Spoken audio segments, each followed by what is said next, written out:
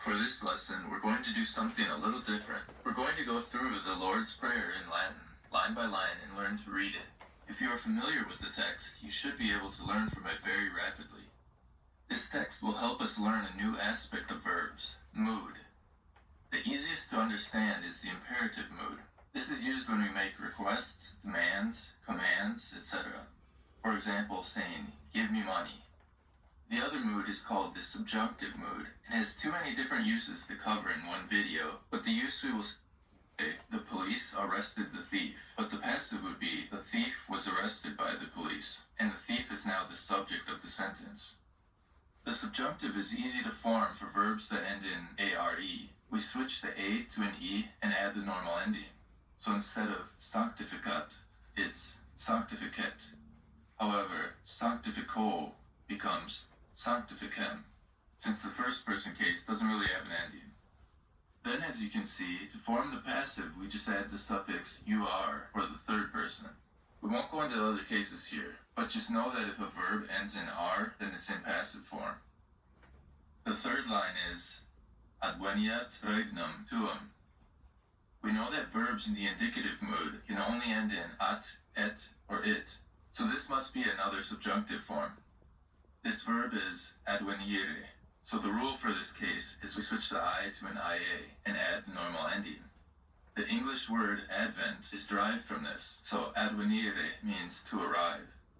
And the second word, regnum, gives us regency, regicide, and reign in English, and means kingdom, or even just reign. So this line means, may your kingdom arrive. We continue with fiat voluntas tua. We know that wallo means I want, and if you recall, the way to remember this was that we volunteer for the things we want to do. Voluntas is a third declension noun, meaning the things we want to do, or our will. And from tua, we can see that this is a feminine noun, and since tua is the nominative form, we know that fiat is a passive verb. This is actually the word we learned in the question, quid facit? So what would the subjunctive be? Quid facit. Faciat. Faciat. Oh dear, that's what she said. Sadly though, this verb is irregular in the passive form, so instead of faciatur, it becomes fiat. Fiat. And what did quid facit mean? Even back in those days? What are you doing?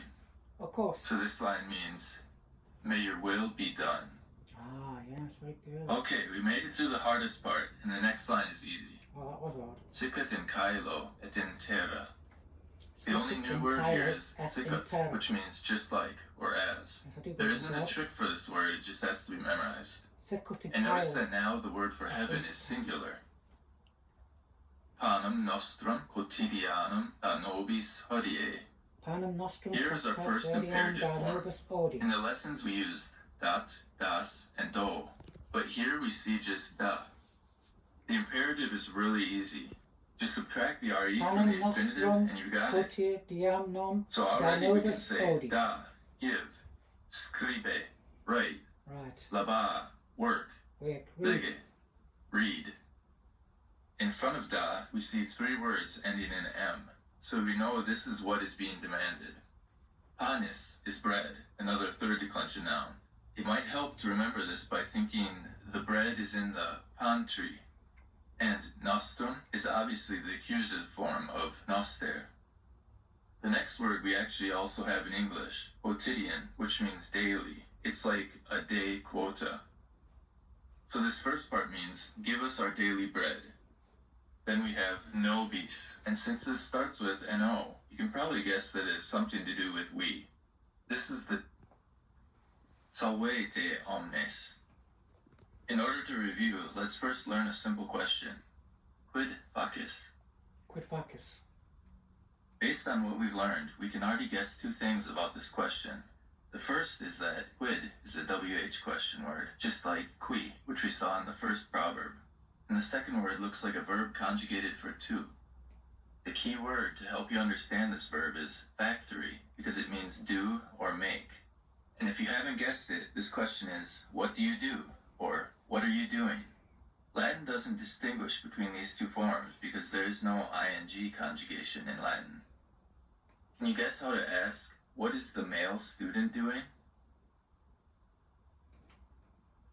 Quid discipulos facit. Try to say, now he is reading. Remember, you don't need to say he. Now he's reading. Oh dear.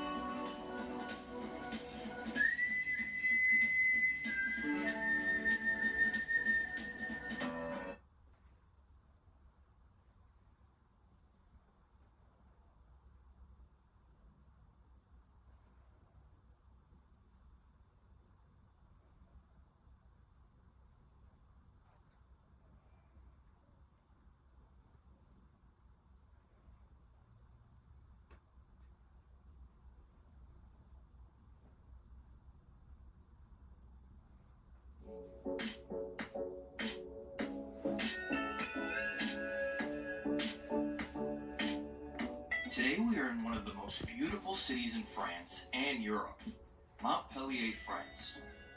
This city is teeming with energy, elegance, history, and culture, and should definitely be on your list when traveling throughout the south of France.